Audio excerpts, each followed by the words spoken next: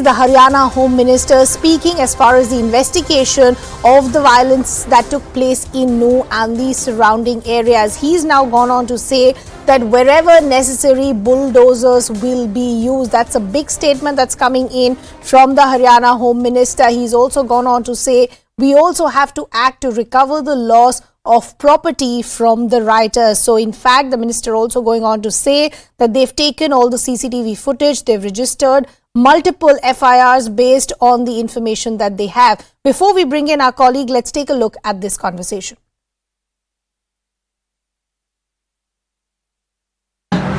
क्या खबर है? देखना सर,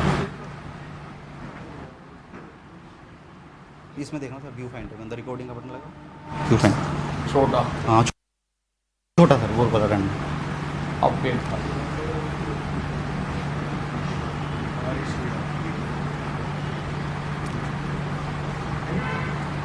नूह हिंसा को लेकर इस वक्त हमारे साथ हरियाणा के गृह मंत्री मौजूद हैं। उन्हीं से जानते हैं कि इस वक्त क्या स्थिति नूह हिंसा को लेकर बनी हुई है।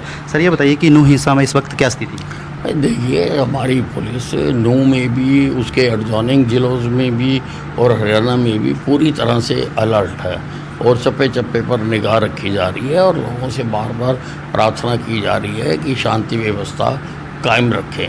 और नूह में जिन लोगों ने हिंसा की है उसके साक्ष्य इकट्ठे किए जा रहे हैं। जो वहाँ यात्रा में लोग आए थे, जहाँ किसी भी व्यक्ति के पास अगर उसकी वीडियो है तो वो मंगवाई जा रही है। मीडिया वालों से भी जो उस वक्त कवर कर रहे थे उनसे भी प्रार्थना की गई है कि अगर वो अपनी फीड दे सके तो, ताकि हम एक एक जगह को, एक एक मौके को देखकर, हमने वहाँ की CCTV भी सारों की जो फुटेज है वो हमने ले ली है। उसके आधार पर हम FIR दर्ज कर रहे हैं और आज की तारीख तक 102 FIR दर्ज कर चुके हैं और 202 लोगों को गिरफ्तार किया गया है। 80 लोगों को प्रिवेंटिव अरेस्ट में रखा गया है 107-51 में, ताकि उनका भी हम फर्दर बातचीत कर रहे हैं और किसी को भी कानून व्यवस्था हाथ में नहीं लेने दी जाएगी। सर जिस तरह से कल कुछ लोगों को कोर्ट में भी प्रोड्यूस किया गया है, तो उनसे कोई नया सर कोई खुलासा भी सामने आया इसको लेके कि इसका मास्टरमाइंड कौन रहा? नहीं, बहुत सारे नाम उन्होंने बताए हैं। जो वो रिमांड के दौरान उनसे जब पूछताछ हुई है तो बहुत सारे नाम बताए हैं। हम उन एक एक का पता कर रहे हैं और एक एक के खिलाफ कार्रवाई की जाएगी। मैं एक भरोसा दिलाना चाहता हूँ कि किसी भी निर्दोष के खिलाफ कार्रवाई नहीं की जाएगी और एक भी दोषी को बख्शा नहीं जाएगा। तो सर जहाँ तक बुलडोजर की बात सामने आ रही है, तो जो दंगइयों ने सारी प्रॉपर्टी को नुकसान पहुँचाया है, सरकारी प्रॉपर्टी हो चाहे लोगों की प्राइवेट प्रॉपर्टी हो, तो उनसे सर किस तरह से भरपाई होगी और उन पर क्या बुलडोजर एक्शन होगा? नहीं, जहाँ जहाँ पर आवश्यकता होगी हम बुलडोजर भी चलाएंगे। और हमने हरियाणा में एक्ट पास किया हुआ है कि अगर दंगों के दौरान कोई नुकसान हो जाए तो उसकी भरपाई उसी से करवाई जाती है। वो एक्ट भी हम लगा रहे हैं। और सर जहाँ तक इन दंगों में जो मास्टरमाइंड की बात करिए, थाने का जो साइबर थाना है उसको निशाना बनाया गया, तो उसके पर भी सर कोई जांच गहन से की जा रही है? क्योंकि एक पुलिस स्टेशन को जिस तरह से निशाना बनाया गया, बिल्कुल वो उसको बहुत गंभीरता से लिया गया है। और साइबर थाने पर जिन्होंने हमला किया है वो कौन लोग थे और क्यों उन्होंने किया, क्या रिकॉर्ड वो वहाँ का जलाना चाहते थे, इस एंगल से भी हम काम कर रहे हैं। तो सर जहाँ तक इस हिंसा को लेकर, अब कल भी एक सोनीपत से भी एक छोटी घटना सामने आई थी, तो इस तरह की नज़रें सर बनाई हुई हैं आपने और किस तरह से एक्शन किया आगे प्लानिंग? नहीं, हमने सभी प्रदेश के डिप्टी कमिश्नर्स और SPs को कहा है कि वो पूरी तरह से एक्टिव रहें, अलर्ट पर रहें और कहीं पर कोई घटना ना होने दें और शांति व्यवस्था बनाकर रखें। तो जहाँ तक सर जुम्मे की नमाज है, हरियाणा में जो नूह एरिया है वहाँ पर काफ़ी मुस्लिम समुदाय के लोग रहते हैं, तो किस तरह के सर आदेश दिए गए हैं? प्रशासन ने मौलवियों को बुलाकर बात की है और उनसे रिक्वेस्ट की है कि भी शांति व्यवस्था कायम रखी जाए। बहुत सारे मौलवियों ने आगे आदेश भी दे दिया है वहाँ से सबको कि आज कि नमाज अपने घर पर ही अदा करें। लेकिन फिर भी जो स्पॉट हैं जहाँ पर लोग इकट्ठा हो सकते हैं वहाँ पर सफिशेंट पुलिस को लगा दिया गया है। तो सर जहाँ तक मौत के आंकड़े की सर कोई अपडेट आई है? नहीं, वो 6 लोग ही की जान गई है इस हादसे में। अभी कुछ लोग अस्पताल में हैं, तो ईश्वर करेगा वो ठीक रहेंगे। तो सर लोगों से किस तरह से आगे की सरकार की तरफ से सर अपील रहेगी? नहीं, लोगों से यही अपील है कि शांति बना के रखें, भाईचारा बना के रखें।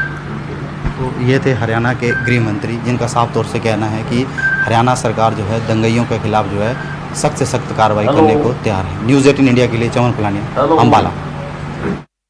Well, that was an exclusive conversation that we were playing for our viewers coming in from the Haryana Home Minister Anil, who's gone on to say, if needed, even bulldozers will be used against those who've been involved as far as these episodes of violence and vandalism is concerned. Let's also now bring in our colleague Arunima, who in fact is now joining us live on the broadcast.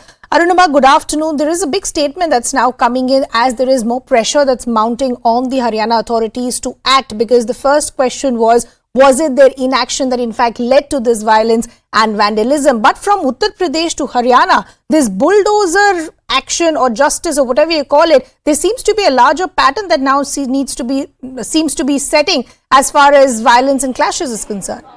Yes, that's a template that has been set by Uttar Pradesh Chief Minister Yogi Adityanath. It has been followed in Madhya Pradesh also by Shivraj Singh Chauhan, and now Anil Vij also saying that in Haryana the same model will be followed. Essentially, what is the bulldozer justice that the state government mets out?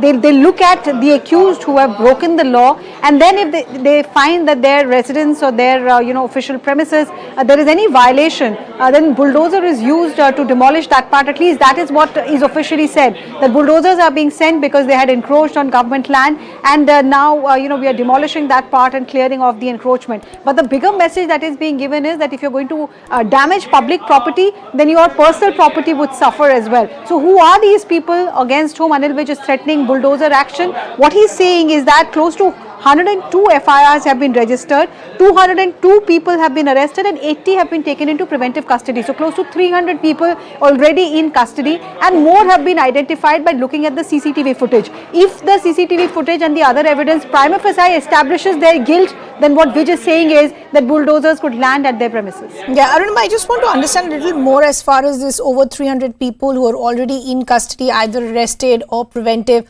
or otherwise. Even yesterday when we were speaking to authorities, they were saying, look at the pace of our investigation. SIT teams have been filed, multiple FIRs, upwards of 40 have been filed. But do we have any clarity as far as the identity of many of those who've been involved in these clashes and vandalism? Officially, the government is not saying anything, but yes, they have managed to identify these, people who were looting, who were indulging in vandalism, who were attacking people, damaging public property, both in the Nuh violence and subsequent, violence that happened in other parts as well, including Sohna, including Gurugram. So what the government is saying is that we have identified some of them. Once they, the people who have been arrested, their interrogation is already on. They'll be taken in for court, appearance if they have been arrested, and subsequently custody will be taken and questioning will happen. Those who can be identified using the CCTV footage, that's action number 2. And once that legal process is followed, perhaps government will come clean and tell us who these people are, what was their involvement, is there a larger conspiracy as is being alleged, was this all pre-planned and not as spontaneous as it was made to look like? All of that is part of investigation. Arunima, I apologize for interrupting. Just stay on with us. We want to take in a reaction from the BJP as well. Raman Malik is now joining us. So good to have you with us here on CNN News 18. There is a big statement that's coming in from the Haryana Home Minister Anil Vij while speaking to our network, who's gone on to say, if needed, bulldozer action will also be implemented or used as far as those accused in these clashes or violence is concerned. Why do you think the bulldozer action justice is now being used as a template by the BJP government? See, because one thing has to be understood.